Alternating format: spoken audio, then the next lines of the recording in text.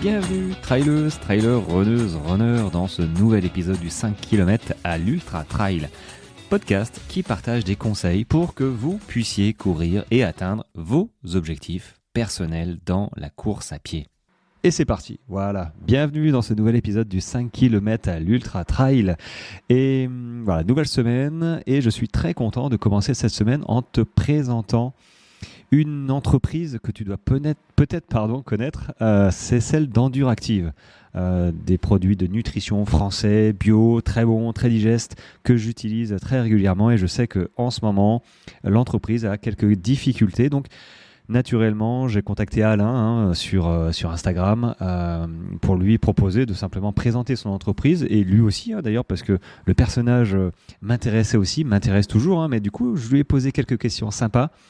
Et il en a profité, évidemment, c'était un petit peu le but, de présenter son entreprise que moi je soutiens à 100%. Il n'y a aucune rémunération derrière ça, c'était vraiment pour l'aider gratuitement. Donc je vais lancer l'enregistrement qui doit durer à peu près 1 heure, et on se retrouve juste après pour clôturer cet épisode. Attention, 3, 2, 1, c'est parti. Alors, tu es un invité un petit peu spécial par rapport aux autres. Je ne sais pas si tu as écouté mon épisode, mon podcast, si tu le suis ou pas, mais il m'arrive régulièrement de faire parler et de faire découvrir à mes auditeurs j'allais dire, je trouve plus mes mots, des personnages, voilà, des expériences, des coureurs et coureuses, globalement de tout niveau, voilà, des coureurs du peloton en fait, tout simplement. Alors, toi, tu n'es plus ou pas, ou je sais pas en fait si tu continues à courir. Est-ce que tu continues à courir un petit peu ou pas du tout? Si, tu continues. Alors oui, je continue, bien sûr, oui, je Ah, continue à courir. Alors plus avec un dossard parce que j'ai passé le cap de courir avec un dossard, mais j'ai été compétiteur, voilà, au niveau en ski, voilà, en ski de fond. Donc j'ai couru en ski de fond et puis j'ai été aussi au tout début du trail puisque, alors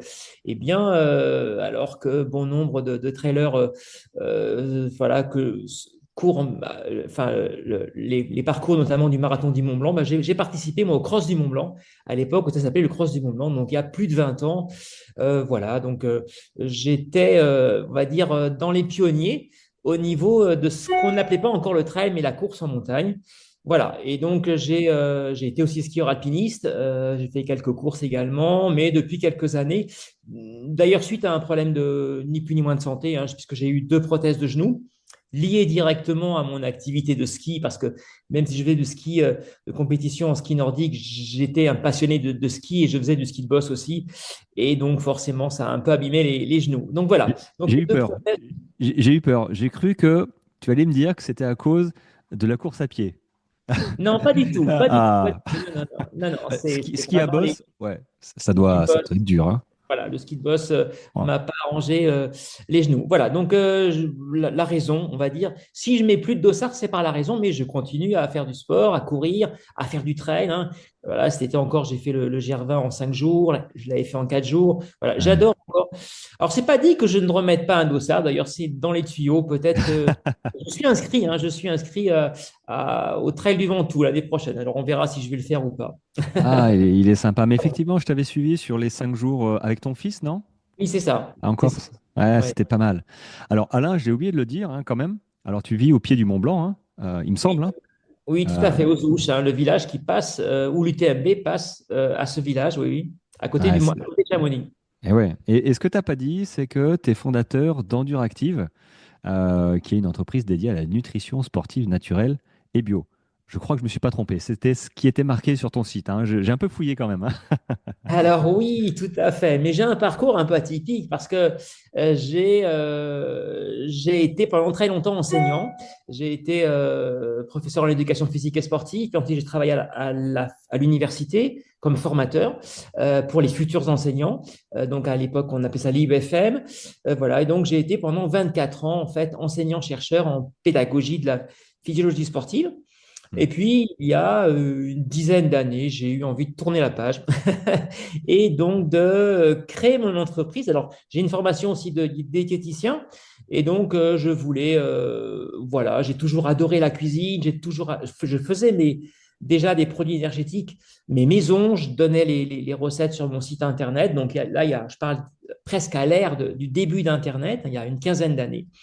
Et puis, j'ai finalement Oh, ouais, voulu, il y a 25 ans même, début voilà, d'Internet. il y a longtemps. Alors d'ailleurs, c'est étonnant parce que certains de mes clients, entre guillemets, continuent à prendre mes recettes que j'ai laissées. D'ailleurs, sur mon site Internet, il y a mes recettes originelles, j'allais dire, que j'ai laissées, des barres énergétiques, voilà, que j'ai laissées sur mon site en libre accès pour les gens qui voudraient continuer à faire les recettes que je proposais il y a déjà plus d'une quinzaine d'années. Voilà. Et ensuite, D'ailleurs, en parlant, excuse-moi, je te coupe, mais tu parlais de ton site. Moi, j'invite tous les, j'allais dire les auditeurs, mais les camarades qui nous écoutent, les sportifs, à aller voir son site parce que tu as des conseils super sympas quand même, que ce soit sur Instagram d'ailleurs, hein. Mais sur ton site, il y a des conseils pour tous les trailers, quoi, hein, et sur la gestion de l'alimentation, la gestion de tout, du sommeil, de course. Donc, moi, j'encourage vraiment tout le monde à aller jeter un œil sur ton site, que je vais mettre d'ailleurs en lien, hein, dans la description de l'épisode, évidemment.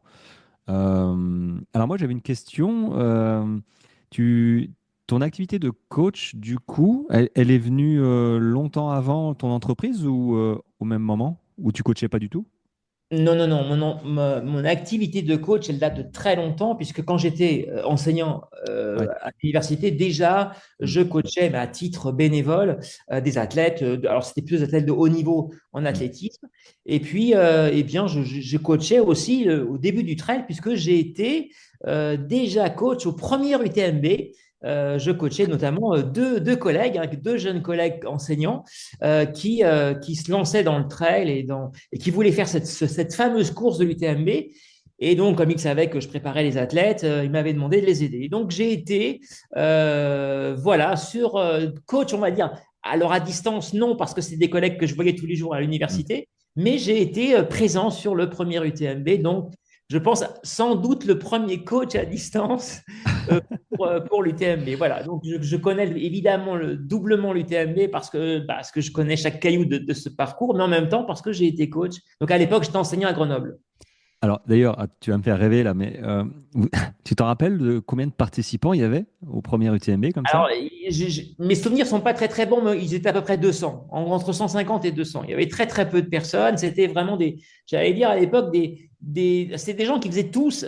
Alors, soit il y avait deux profils, hein. Soit c'était des montagnards, des guides haute montagne, des jeunes guides, soit des gens qui faisaient déjà de la très longue distance et qui en avaient marre de la route et qui voulaient se lancer dans ce truc-là, qui était un peu un inconnu. C'est d'ailleurs le cas des deux collègues que je coachais, qui étaient des gars qui faisaient déjà de la longue distance, des longs marathons et qui voulaient se lancer dans cette espèce d'aventure. Voilà.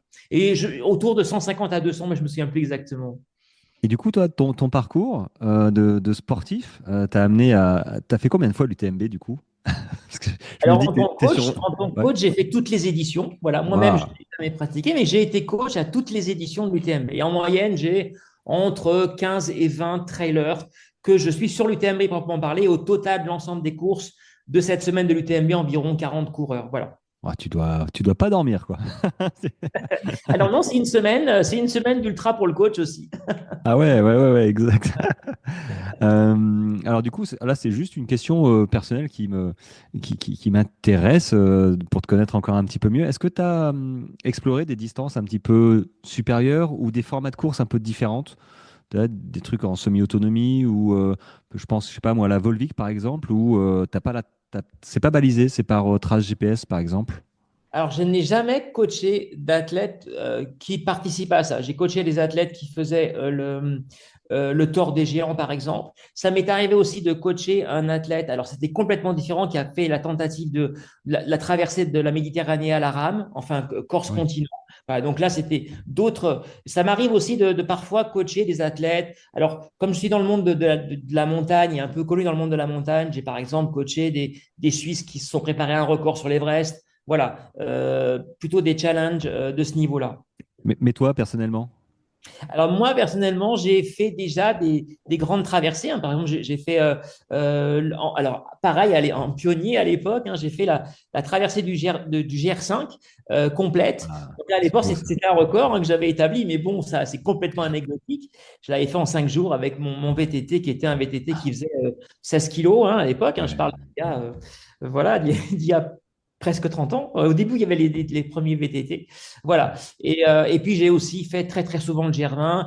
Alors, j'ai eu l'occasion de le faire en 3 jours, en 4 jours, 5 jours avec mon fiston. Voilà, j'ai aussi l'occasion de faire des grandes distances. Et puis, surtout que je fais de l'alpinisme. Voilà, étant au pied du Mont Blanc, eh ben, je vais très, très souvent au Mont Blanc.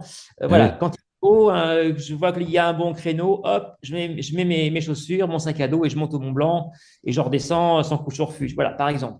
Ah, mais c'est mon rêve, hein, ce que tu es en train de décrire. Alors bon, moi je suis bien, enfin je suis très heureux là où je suis, hein, dans la montagne noire, au sud de Castres. J'adore, hein. Mais il suffit de voir les photos que je mets sur Insta et même en voiture, je m'ébahis de la couleur de l'automne et il me faut peu de choses, mais les choses simples sont les plus appréciables, je trouve. Mais c'est vrai que le Mont Blanc et puis les chaînes comme ça, montagneuses, l'hiver enneigé, et l'été, je préfère l'été personnellement parce qu'il y a plus de chemin à parcourir, que ce soit en randonnée ou en course à pied. Mais c'est vrai que tu as un super terrain de jeu et ouais.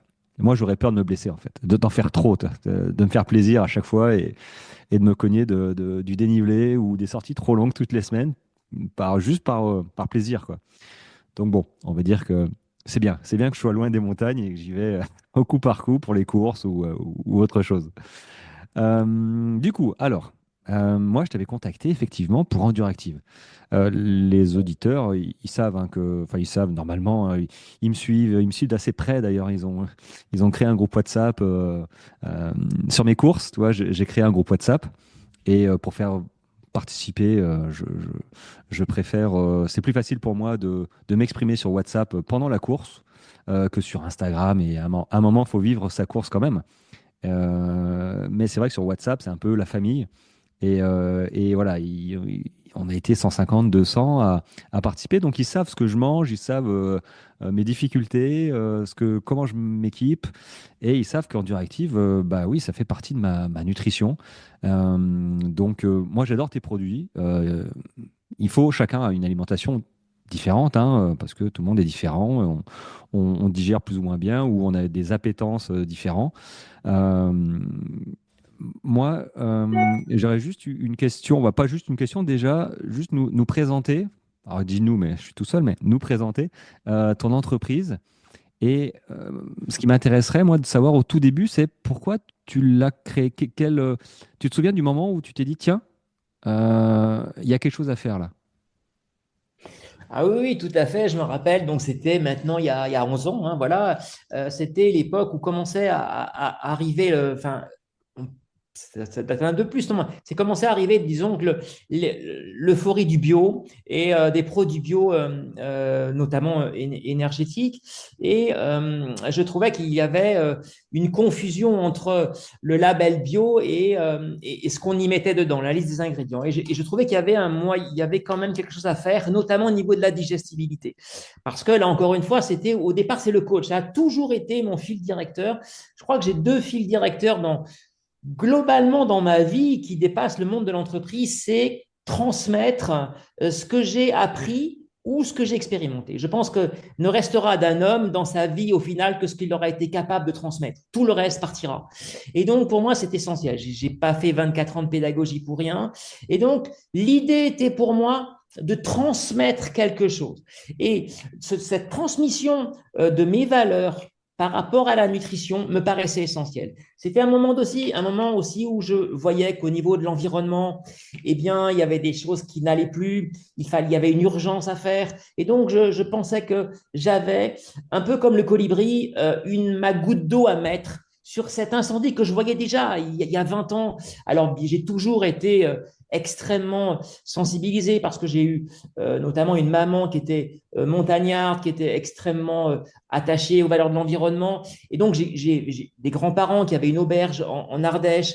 Donc, j'ai toujours eu cette sensibilité. Et il y a 15 ans, je ne voyais plus ma place dans un cours d'amphi à transmettre une pédagogie très technique, et je voyais plus ma place. Et ma place il y avait comme une sorte de mission. Je me suis dit, il faut faire quelque chose. C'est qu'une goutte, mais tu dois apporter ta goutte.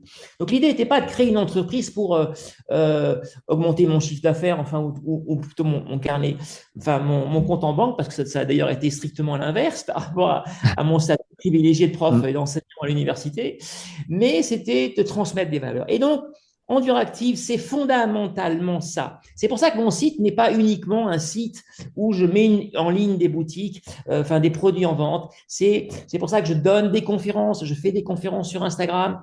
C'est pour ça que j'ai créé cette chaîne YouTube depuis déjà longtemps. L'idée, c'est de transmettre. Et à travers ces produits, c'est cette idée-là.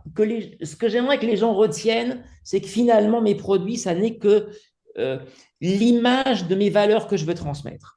Voilà, alors bien évidemment, je dois gagner ma vie, donc j'essaye évidemment il y a un prix bien sûr, mais c'est presque anecdotique. D'ailleurs, je ne gagne pas ma vie, hein, mais Enduractive ne me permet pas de gagner ma vie. Je suis tout seul, j'ai pas de collaborateurs, j'ai pas de commerciaux, voilà, j'ai pas d'investisseurs autour de moi. Ça n'est que mon travail premier, c'est celui de coach, et voilà, et ça tourne autour de ça, mon activité première. Alors, d'ailleurs, tu viens de dire que tu étais tout seul, mais alors comment tu fais tes produits? Tu utilises, t'as des partenariats locaux pour t'aider? Parce que Alors, pour mes produits, la démarche est pareille, la plus scientifique possible, j'allais dire.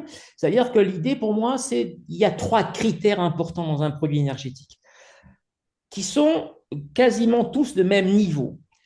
La digestibilité, Hmm. l'efficacité nutritionnelle et ce qu'on appelle, nous, en diététique et en restauration, tout ce qui est organoleptique, c'est-à-dire tout ce qui relève du goût, de la saveur, de la texture, bref, des sens. Donc, je crois que ces trois choses sont fondamentales.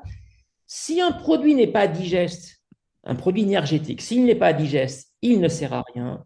S'il n'est pas énergétique, il ne sert à rien. Et s'il n'est pas bon, il ne sert à rien. Ça, c'est l'expérience du coach qui parle depuis 20 ans. On peut faire le meilleur produit du monde, créer avec les meilleurs ingrédients. S'il n'est pas digeste, il ne servira à rien. On peut faire le meilleur produit du monde, le plus digeste possible. S'il est, entre guillemets, dégueulasse, Hmm. il va être inutilisable. Et s'il est évidemment pas énergétique, évidemment, il le sera aussi tout aussi inefficace. Et je trouve que très souvent, eh bien, on met en avant un seul aspect. Donc, il y aura une marque qui va dire, moi, par exemple, c'est la saveur. Alors, il y aura certaines marques qui vont mettre en avant, le dire, mes produits sont extrêmement savoureux. Oui, mais si tes produits sont très savoureux mais pas digestes, ils ne serviront à rien. D'autres vont dire, mes produits sont extrêmement énergétiques. Oui, mais s'ils sont dégueulasses, ils ne serviront à rien. Et donc, mon idée, c'est de de proposer aux gens, à ma manière, avec des défauts, en essayant de faire du mieux possible, donc c'est jamais parfait, cet équilibre de ces trois notions. Et donc, voilà comment je travaille. Alors, une fois que par exemple, là, souvent, c'est le bouche à oreille. Hein. Parfois, on me dit, par exemple, concernant les compotes, on m'a dit, bah, Alain, tu devrais faire des compotes. Bon, alors, voilà, j'avais une mission, faire des compotes. Comment je m'y prends? Eh bien, j'ai essayé de travailler ces trois notions, digestibilité, efficacité, saveur. Et ensuite, je choisis eh bien, des produits le plus près possible en circuit court. Donc, par exemple, eh bien, prenons le cas de ma dernière, mes compotes de marron, par exemple. Eh bien, j'ai pris des marrons d'Ardèche. Voilà, je prends de la farine de riz de Camargue ou du Piémont italien parce que c'est aussi près de ma zone de production. Et ensuite, une fois que j'ai créé la recette, je la donne à des testeurs. Donc, j'ai une équipe de testeurs, des bénévoles. Alors, ça pourrait être toi, hein, ça Hmm. peut être n'importe qui. Et je donne à ce moment-là à tester mon produit ce qu'on appelle en aveugle. C'est-à-dire qu'en fait, les testeurs ne connaissent pas mon produit et je mets trois produits identiques dans le même emballage et eux, ils ont un code A, B, C et ils testent. Et il y a des critères, une grille d'évaluation, hein, ça c'est très pédagogique, mais bon, avec justement les trois critères. Digestibilité, qu'est-ce que tu en penses? Ouais. Efficacité nutritionnelle, qu'est-ce que tu en penses? Et saveur, qu'est-ce que tu en penses? Avec des grilles d'air, est-ce que c'est trop sucré, pas sucré, trop pâteux, pas assez pâteux? Voilà. Et donc, les testeurs me font un retour. Donc, ils sont à peu près 80. et en me disant, bah, tel échantillon, ça va pas, celui-là, etc. Et moi, quand j'ai à peu près 70% de réponses positives sur mon produit, à ce moment-là, je lance la création, c'est-à-dire que là, je recherche des artisans français et je leur donne ma recette et eux me font le produit. Donc moi, je ne fais que de la partie conception du produit. Ensuite, je trouve des artisans français, petits artisans qui, eux, me font les produits. Et dans la mesure du possible, j'essaie de trouver des gens qui travaillent avec des ateliers, avec des gens porteurs d'un handicap en ESAT pour aussi apporter une dimension humaine à mon produit. Ah, Voilà comment je c'est fonctionne. ouais, c'est que des bonnes valeurs. Et effectivement, tu parlais de la compote marron. Marron, il n'y a pas que le marron d'ailleurs dedans. Il y a de la pomme et il y a de la farine de riz. Ouais, marron pomme. Marron et du citron aussi. Et du Pomme, citron, ouais. voilà. Ouais, et le Pour citron, moi, pourtant, je suis pas fan du citron. Enfin, l'acidité, pardon, du citron me dérange. Je serais incapable de manger, comme ma femme, hein, un quartier de citron comme ça, à pleines dents. Ça m'irrisse le poil d'imaginer ça. Mais voilà, elle m'a accompagné sur la Swiss Peak, la compote marron. Et c'est vrai que ça, je l'avais déjà dit sur Instagram, je crois, mais ce goût-là, bon, faut aimer les marrons, évidemment. Mais c'est un côté réconfortant qui, moi, m'a fait du bien à 2 heures du matin à goûter, à manger la moitié de ma pomme pote, enfin ma pomme pote, ma compote énergétique au marron.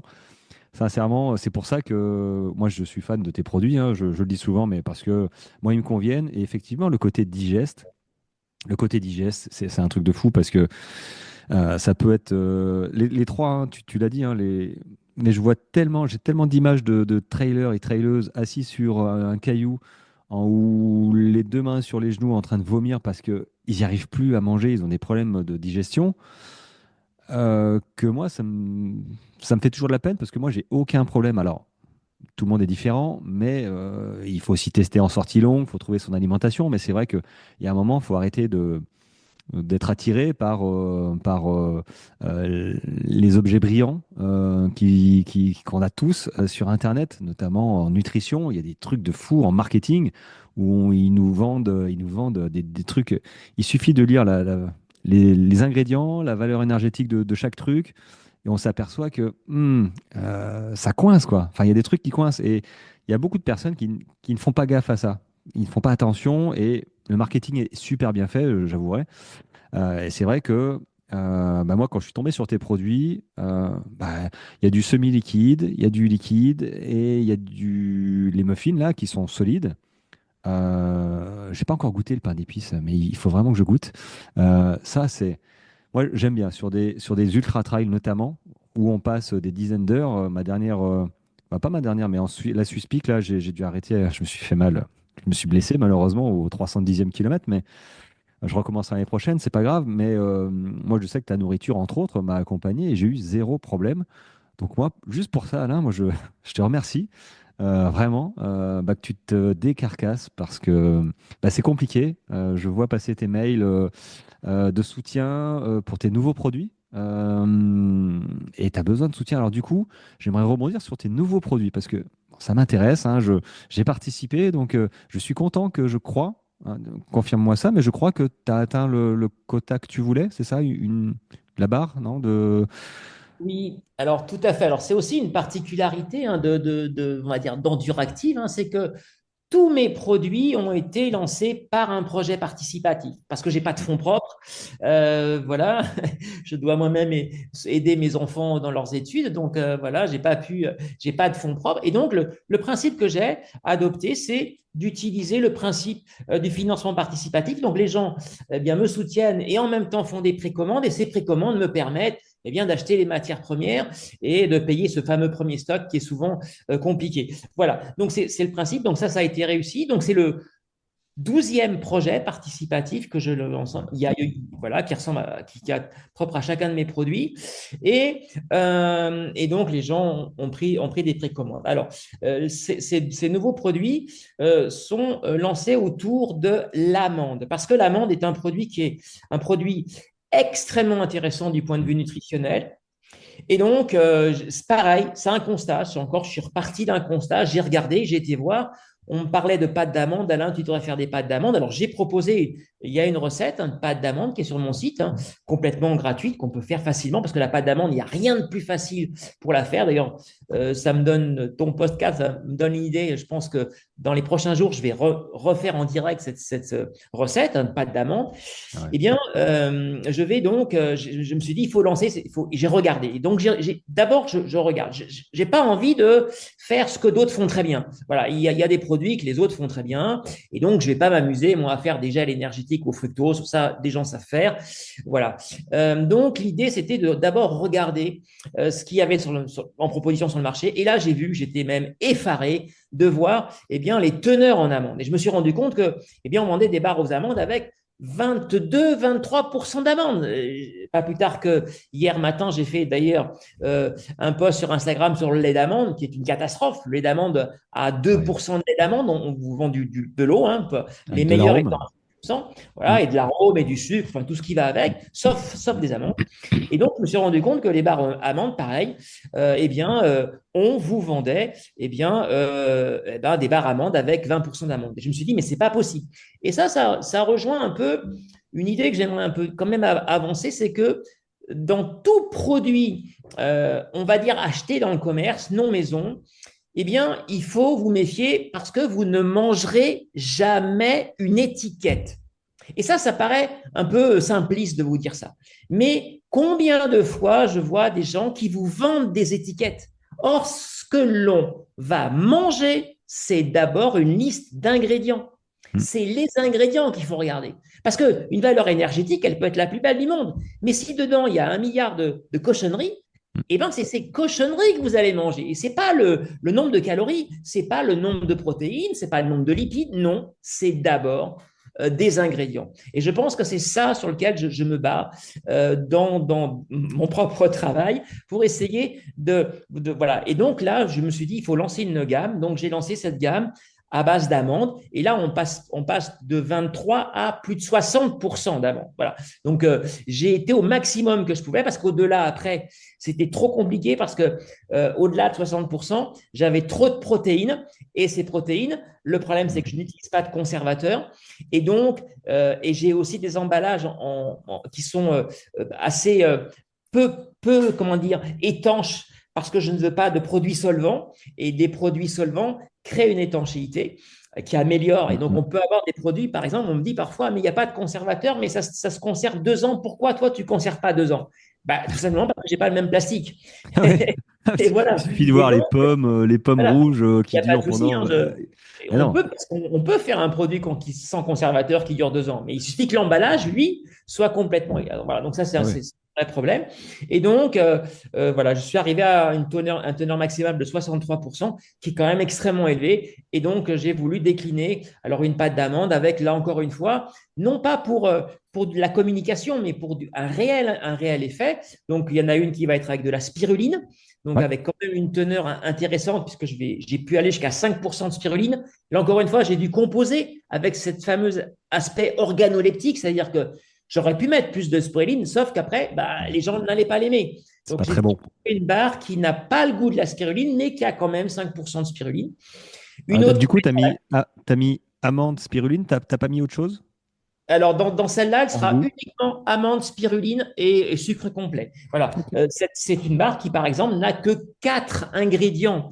Voilà, ce qui est quand même. Ça aussi, c'est un peu ma marque de fabrique, c'est d'essayer de proposer des produits comme à la maison. C'est-à-dire que, voilà, d'ailleurs, certains de mes produits, je mets la recette directement en ligne. Je me souviens d'ailleurs très bien une remarque, une petite anecdote d'une de mes filles qui est dans le business et dans le marketing, donc d'une toute autre affaire, et qui me disait, eh, papa, tu dois enlever tes recettes parce que les gens, ils vont pas t'acheter.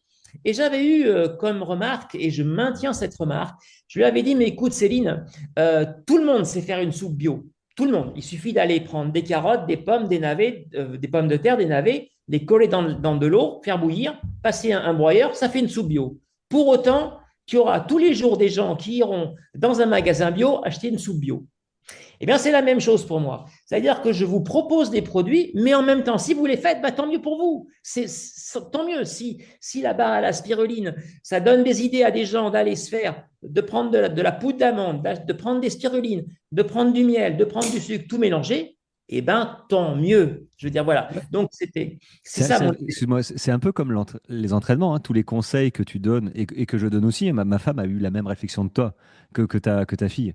Elle m'a dit, à force de donner des conseils gratuits, enfin tout le temps, t'as pas peur que les gens finalement ils fassent pas appel à toi ou bah en fait non, parce que les gens ils recherchent pas forcément, ils savent faire. Enfin ils savent pas forcément faire, mais ils ont tout à disposition.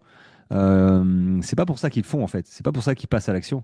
Donc c'est vrai que on donne rarement trop de conseils. Enfin, en marketing, comme ça. Donc moi, il suffit de voir ton compte et tout ça. Tu donnes des conseils juste en écoutant tes vidéos, tout ça. Il y a moyen, je pense, de se préparer à des courses relativement correctement. Et pourtant, quand bien même, il y en a quand même qui te font confiance pour les emmener là où, ils ont envie d'aller. Donc, ouais, c'est vrai que le parallèle avec l'entraînement, il n'y a pas que l'entraînement d'ailleurs, mais c'est vrai que euh, j'ai pas vu ta recette, j'ai pas fait attention, mais c'est pas pour ça que je la ferai d'ailleurs, tu vois. Parce qu'il faut se déplacer, il faut aller chercher les ingrédients, il faut trouver le temps.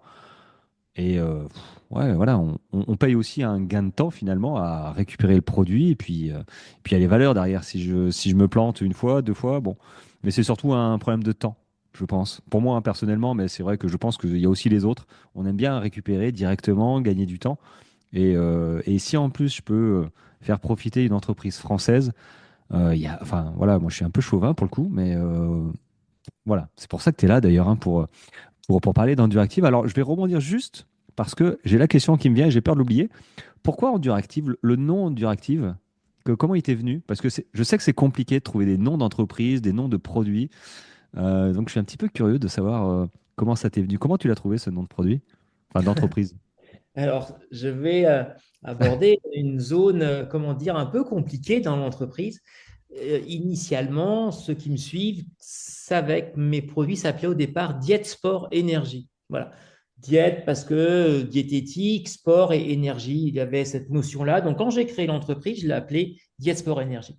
Et il s'est trouvé qu'au bout de 6 mois environ, une entreprise française qui a une très grosse entreprise française de produits énergétiques a sa société. Alors, elle a une marque, hein, je ne vais pas la citer, je n'ai pas envie de partir dans le débat, mais une très, très grosse marque de produits énergétiques française avait sa société qui s'appelait Dietsport.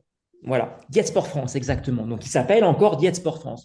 Et donc, Dietsport France avait sa marque et donc j'ai eu droit à eh bien une lettre avec accusé de réception très menaçante d'une société d'avocats en m'intimant l'ordre de modifier le nom de mes produits. Voilà. Alors que en fait, je voyais pas le lien entre le nom de la société et la marque, mais bon, il y en avait apparemment un. Voilà. Donc j'ai dû modifier le produit et là, ben là, ça a commencé comme ça. J'ai fait un sondage qui était à l'époque alors j'avais pas Instagram à l'époque, j'étais uniquement sur Facebook. Et donc j'avais fait un sondage en donnant plusieurs comment dire, noms. Et il y avait donc Enduractif qui était au milieu. Alors Endur, pourquoi j'ai pensé Endur? Parce que la notion d'endurance et voilà, je m'étais dit la notion d'active, voilà, c'était un peu ces deux notions. Une notion d'endurance, donc un peu plus ciblée sport, et en même temps des produits pour des gens qui finalement peuvent les utiliser dès l'instant où ils ont une pratique active. Je veux dire, Ouais. une barre énergétique, moi c'est presque une grande fierté pour moi de me dire que cette barre-là, elle peut être utilisée aussi bien par une grand-mère dans un EHPAD que par un gamin de 5 ans. Parce que très souvent, là encore une fois, le marketing ferait croire aux sportifs qu'ils ont besoin de choses particulières.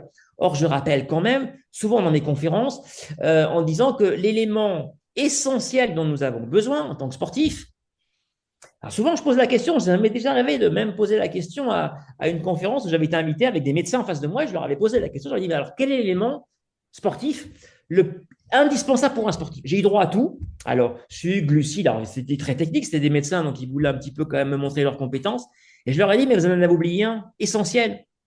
C'est celui que prend un bébé. Bah, de l'eau. De l'eau. J'allais dire l'hydratation, mais j'allais dire de l'eau. De Ouais. l'eau.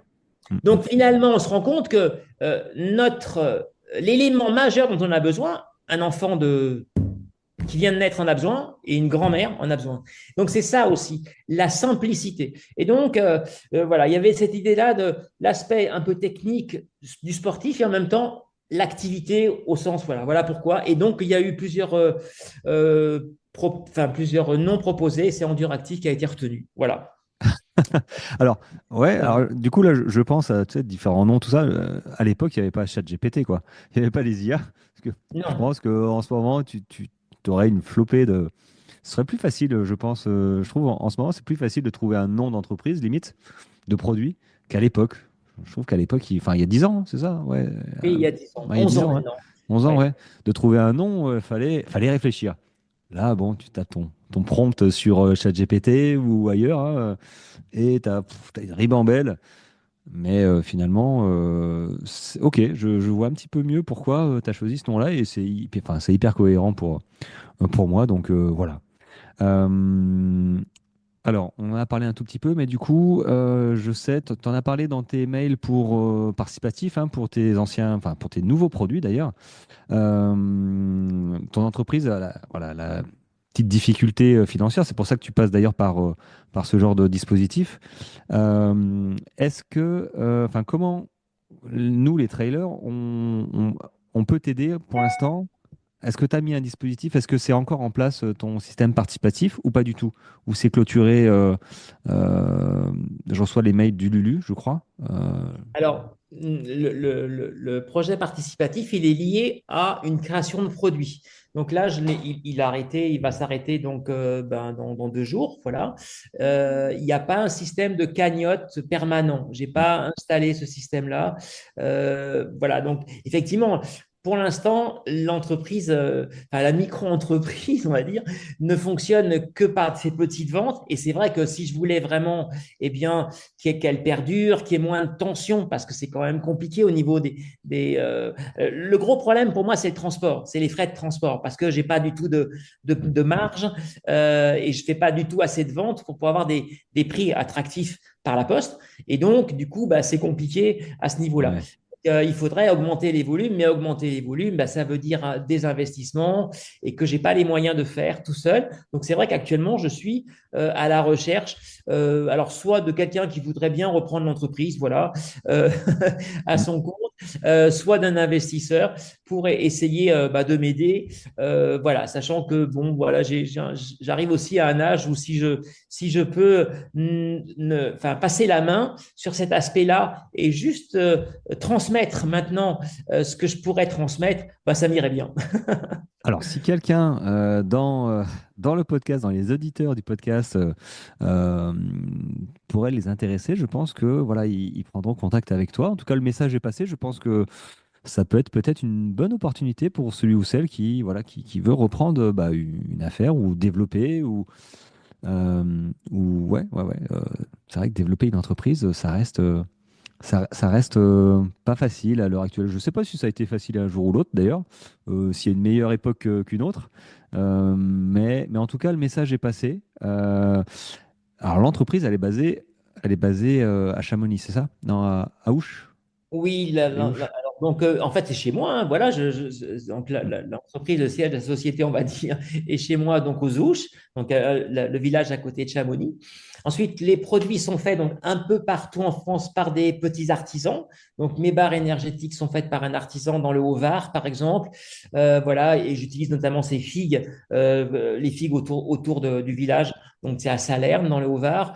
Mes compotes sont faites vers Nancy, en partie par un atelier ESAT qui emploie des personnes chargées, porteurs d'un handicap. Tout ce qui est biscuits, pain d'épices, c'est fait par un petit atelier artisanal vers les châteaux de Chambord. Voilà, et donc voilà, j'ai différentes comme ça petits artisans avec lesquels il s'est créé du lien. Voilà, souvent par le bouche à oreille, par la passion. C'est souvent eux-mêmes des sportifs, des sportives qui ont lancé leur entreprise. Voilà. Et donc, ensuite, tous ces produits sont recentrés à Cavaillon, où il y a une structure spécifique adaptée pour les toutes petites entreprises comme la mienne, qui est une succursale de la Poste et qui donc tous les matins reçoit les commandes et envoie les produits. Donc les produits, une fois qu'ils sont fabriqués, ils arrivent à Cavaillon et là, ils sont envoyés. Voilà, mais j'ai très très peu de colis. Hein. Voilà, c'est quelques Mhm. colis par jour. Parfois, il n'y a même pas de vente sur certains jours. Voilà.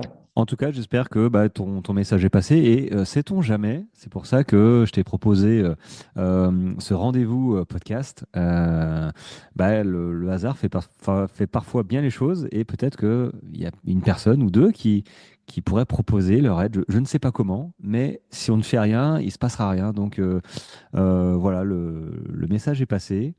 Euh, Merci beaucoup, c'est vraiment, ça me touche énormément parce que voilà, c'est des moments pas très faciles, mais voilà, j'ai toujours pensé que c'était devant que ça se passait et jamais derrière dans ma vie. Et donc voilà, je me dis que voilà, en tous les cas, j'aurais mené mon bout de chemin.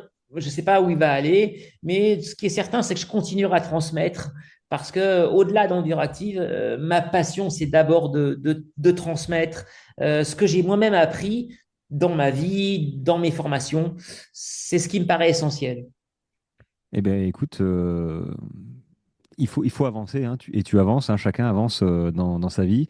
Effectivement, que tu prennes une route ou l'autre, bah, il faut être en raccord avec ses idées. Donc, effectivement, ça se trouve, ce sera plus via peut-être une entreprise comme la tienne. Malheureusement, j'espère qu'elle va durer, hein, parce que le but, il est quand même pas mal et ça me rend bien service pendant mes courses, mais même en dehors. Hein, je donne des cours de sport aussi et c'est vrai qu'entre deux cours, je me fais mon petit muffin là qui est énergétique et qui me permet de tenir dans ma journée. Donc voilà, c'est parfait pour moi. En tout cas, un grand merci Alain. J'avais juste une dernière question.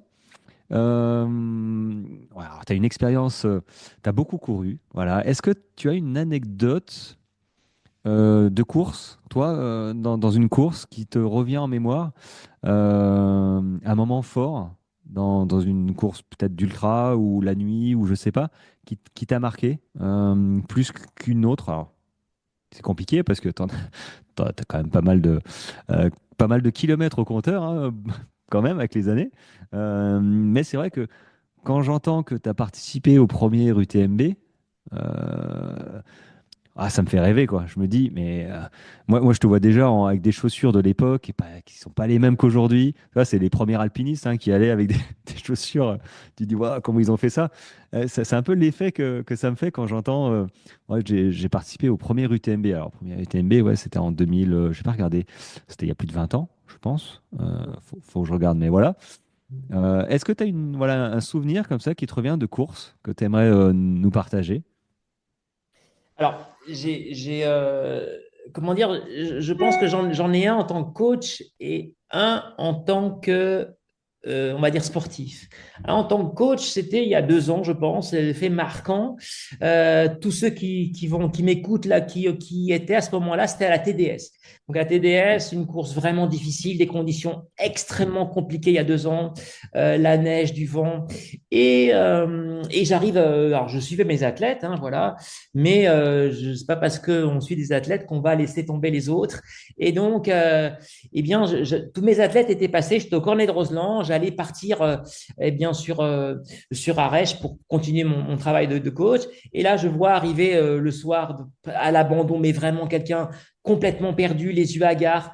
Et malheureusement, eh bien, sa compagne avait eu un accident de voiture en descendant du Petit Saint-Bernard et donc il n'avait plus d'assistance et je sentais vraiment la personne complètement abandon, les T'es à yeux quel hagards. kilomètre?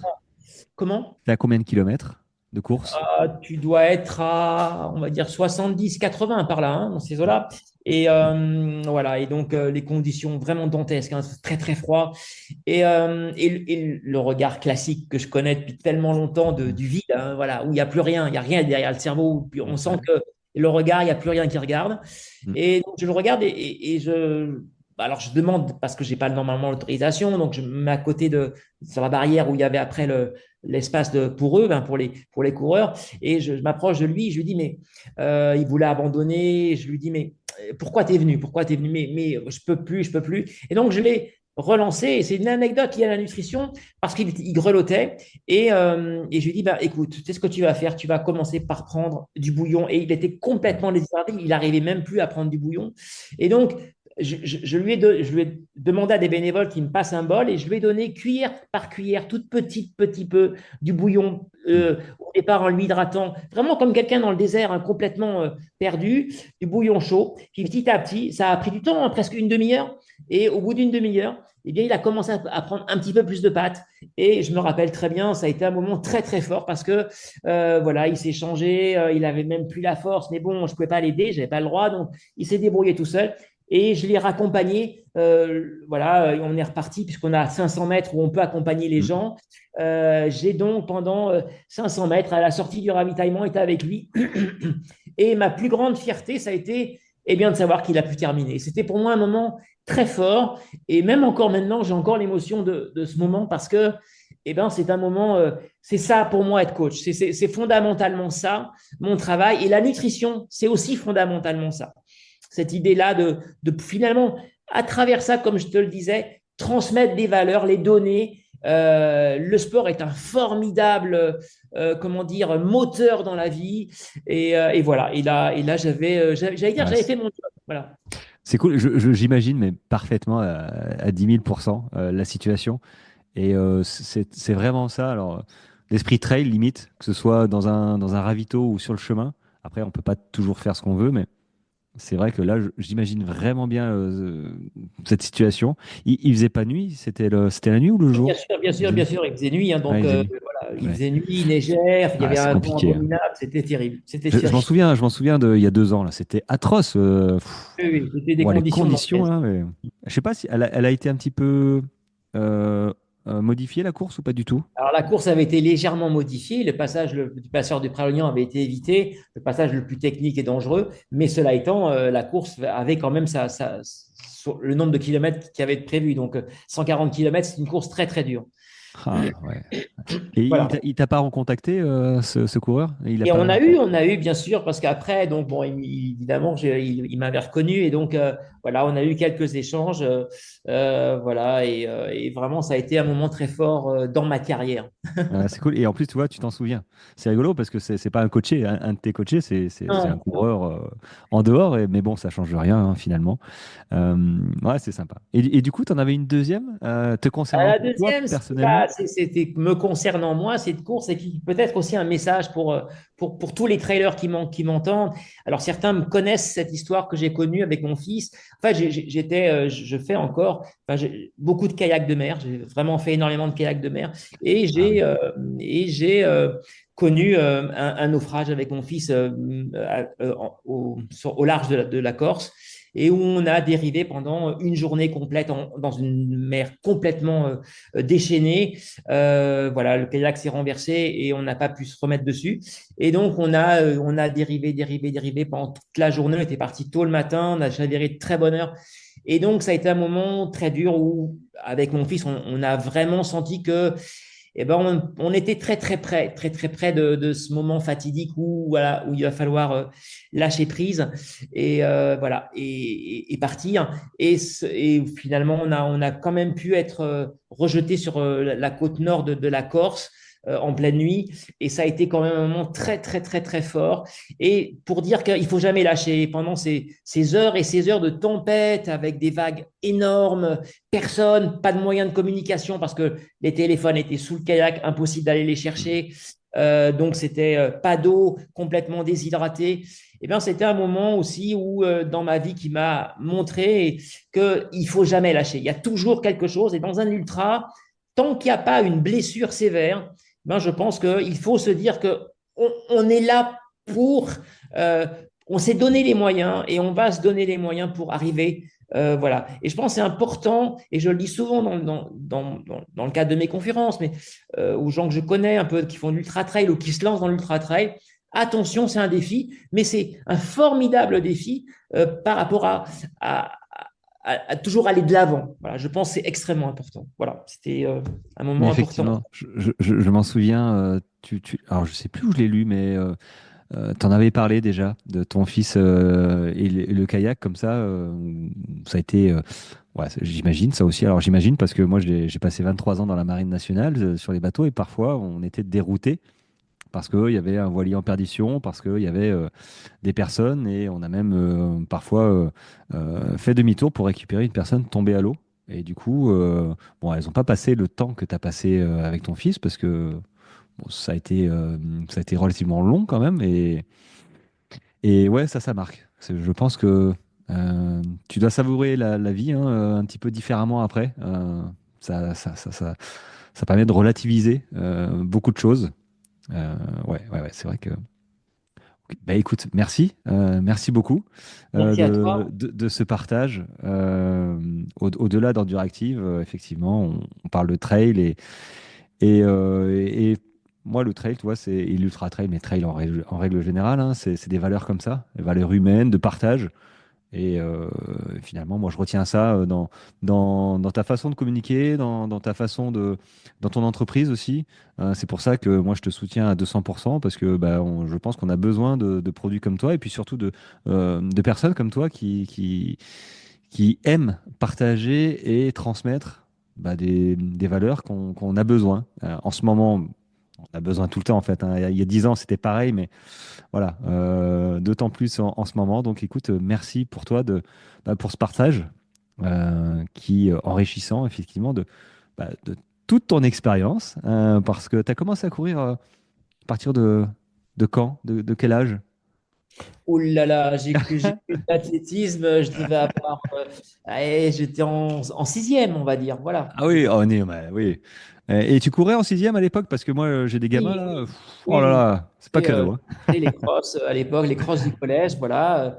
Le cross du Figaro, je me rappelle très bien, par exemple, quand j'étais en troisième, voilà. On appelait ça le cross du Figaro, par exemple, voilà. Bon, ok. Donc, beaucoup d'expérience.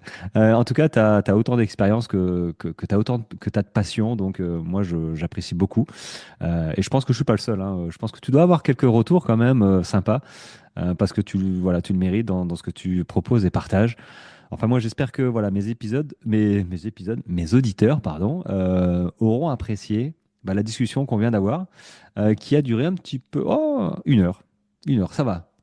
J'ai tendance à parler beaucoup. Mais je suis content, finalement. C'est un épisode qui est sympa et j'espère que voilà, ceux qui ou celles hein, euh, qui auront entendu ton message, notamment au niveau de ton entreprise en Duractive, bah, se manifesteront soit auprès de toi, soit auprès de moi et je te retransmettrai un petit peu, je vous mettrai en relation tout simplement. Euh, voilà. Bah Merci écoute, beaucoup. En tout cas, ça me touche beaucoup. Merci beaucoup. Et puis, ben, à tous, faites de beaux projets. Voilà. L'important, c'est d'avancer et d'aller vers de nouveaux défis. Merci en tous les cas à tous. Merci. bah écoute, merci pour le mot de la fin. J'aurais pas dit mieux. Allez, merci Alain. Au revoir. Merci. Au revoir, ciao, ciao. Et voilà, on se retrouve à la fin de cet épisode. J'espère qu'il t'a plu, j'espère que tu as pu découvrir Alain et son entreprise, hein. C'était un petit peu l'objet de cet épisode. Voilà, il n'y a pas de partenariat, il n'y a rien du tout. Ça me tenait à cœur de transmettre et de faire découvrir surtout l'entreprise d'Alain qui met vraiment beaucoup de cœur en fait et j'aimerais que ça continue. Ça fait déjà 10 ans que ça dure et j'aimerais que ça continue encore pendant de nombreuses années, mais tu l'as entendu, voilà, si tu connais un repreneur, si tu es toi-même un repreneur ou un investisseur, peut-être que ce serait et que ça t'intéresse d'aider, bah voilà, écoute, dans le lien de l'épisode, dans la description de l'épisode, il y aura l'adresse notamment Instagram d'Alain et d'Enduractive. Il a un site internet aussi que je mettrai par ailleurs. Et si tu veux me poser des questions à moi, bah, écoute, tu peux évidemment m'en poser. Je vous mettrai en relation si au besoin, hein, si tu me demandes. Et puis voilà, ça me tenait à cœur de faire découvrir une entreprise française qui est là depuis 10 ans et qui fait des produits de super qualité. Voilà, alors il n'a pas le marketing, il n'a pas la puissance financière pour faire un marketing comme les autres enseignes, les autres produits. N'empêche, ça reste du très bon produit, valeur sûre, local. Et moi, j'adhère à 110%. Donc, voilà, mon coup de pouce, à travers ce podcast. Et j'espère que peut-être que tu vas le découvrir. Et je t'invite vraiment à essayer ces produits parce qu'ils sont vraiment de très belle qualité. Et moi, je les utilise sur mes courses et je n'ai aucun problème là-dessus. Et ils sont très bons, même si, effectivement, ça dépend. Les goûts de chacun sont différents. Mais teste vraiment parce que voilà, ça m'embêterait un tout petit peu s'il devait arrêter. je perdrais une grosse partie de ma nutrition. Il y a Beauty Sané d'un côté, mais c'est vrai que ces muffins par exemple, c'est hyper réconfortant. Ces compotes énergétiques, marron, il y a fraise, il y en a 3 ou 4. C'est hyper réconfortant aussi. Voilà, c'est des bons produits et j'aurais vraiment peine à les voir disparaître. Donc voilà, faites ce que vous pouvez, passez le mot et puis voilà. Bon, allez, fin de l'épisode. Merci en tout cas de tes écoutes, ça fait toujours plaisir. Et si tu as des questions, n'hésite pas. N'importe, je veux dire, si tu as des interrogations, profite. Je réponds à chaque fois. Normalement, j'essaye. Voilà, en tout cas, je te libère. J'espère que tu as passé un bon moment encore et on se retrouve déjà demain pour un prochain épisode. Allez, ciao.